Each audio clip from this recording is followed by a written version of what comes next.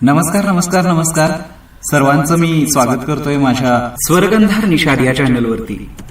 आज मी तुमच्यासाठी एक पुन्हा नवीन व्हिडिओ घेऊन आलेलो आहे। तो कोणता आहे ते सांगणारच आहे, पण तत्पूर्वी एक नम्र विनंती आहे, माझ्या चॅनलला अजूनही तुम्ही सबस्क्राईब केलेलं नसेल तर सबस्क्राईब करा, बेल आयकॉन प्रेस करा, माझ्या व्हिडिओना लाईक करा आणि जास्तीत जास्त व्यक्तींना माझे व्हिडिओ शेअर करा। आता आपण बघणार आहोत काळी 2 ही पट्टी नेमकी काय असते।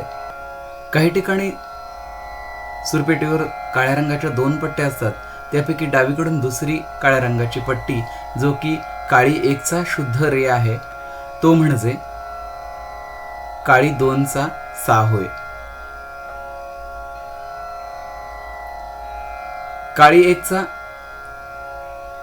शुद्ध रे आणि काळी 1 चा शुद्ध म म्हणजेच काळी 2 आणि काळी 3 यांच्यामध्ये ज्या 2 पांढऱ्या रंगाच्या पट्ट्या आहेत, त्यापैकी उजवीकडील पांढऱ्या रंगाची पट्टी जो की काळी 1 चा शुद्ध ग आहे, तो म्हणजे काळी 2 चा शुद्ध रे होय।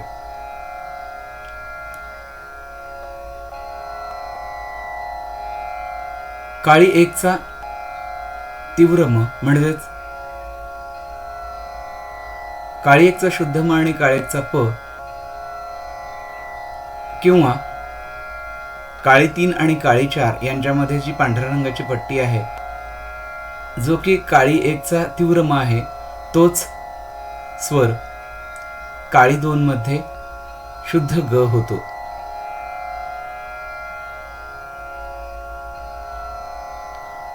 तर काही ठिकाणी काळ्या रंगाच्या 3 पट्ट्या असतात, त्यापैकी 2 नंबरची काळ्या रंगाची पट्टी जो की काळी 1 चा प आहे, तो म्हणजे काळी 2 चा शुद्ध म होय। तर काळ्या रंगाच्या 3 पट्ट्यांपैकी डावीकडून तिसरी काळ्या रंगाची पट्टी जो की काळी 1 चा शुद्ध ध आहे, तो म्हणजे काळी 2 चा प होय। काळी 1 चा शुद्ध ध आणि काळी 1 चा सा यामध्ये ज्या 2 पांढऱ्या रंगाच्या पट्ट्या आहेत, त्यापैकी उजवीकडील काळ्या रंगाची पट्टी जो की काळी 1 चा शुद्ध नी आहे, तोच काळी 2 चा शुद्ध ध होतो। तर काळी 1 चा सा आणि काळी 1 चा शुद्ध रे यांच्यामध्ये जी पांढऱ्या रंगाची पट्टी आहे, जो की काळी 1 चा कोमल रे आहे, तोच काळी 2 मध्ये शुद्ध नी होतो। आणि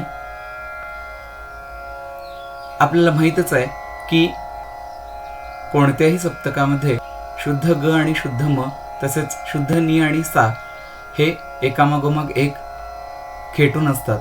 तसेच काळी 2 च्या सा नंतर जो ड्रॉप केलेला स्वर आहे, जो की काळी 1 चा कोमल ग आहे, तो म्हणजे काळी 2 चा कोमल रे होतो। तसेच 3 काळ्या पट्ट्यांपैकी डावीकडील पहिली काळी पट्टी जो की काळी 1 चा शुद्ध म आहे, जो आपण ड्रॉप केलेला होता, तो म्हणजे काळी 2 चा कोमल ग होतो। तर काळी 1 चा प आणि काळी 1 चा शुद्ध ध यांच्यामध्ये जी पांढऱ्या रंगाची पट्टी आहे, जो की काळी 1 चा कोमल ध आहे, तोच काळी 2 मध्ये तीव्र म होतो।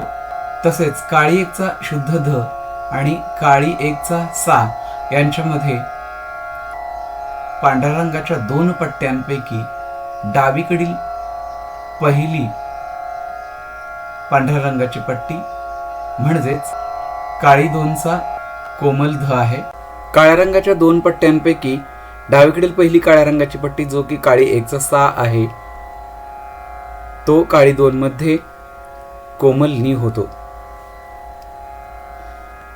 आपल्याला संक्षिप्त मध्ये लक्षात ठेवायचे झाल्यास, काळी 1 मधील तीव्र म घेऊन रेगम प धनी रे रे वाजवल्यास काळी 2 चे शुद्ध स्वर आपल्याला वाजवता येऊ शकतात। यामध्ये रेगमप धनी रे रे वाजवत असताना दुसरा जो रे वाजवलेला आहे 3 रे पैकी तो कोमल रे आहे हे लक्षात घ्यावे। धन्यवाद।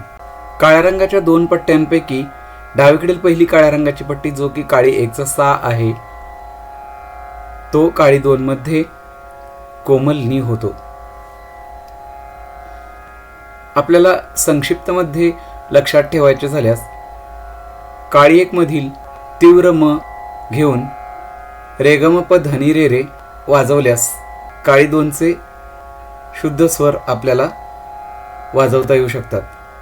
यामध्ये रेगमप धनी रे रे वाजवत असताना दुसरा जो रे वाजवलेला आहे 3 रे पैकी तो कोमल रे आहे हे लक्षात घ्यावे।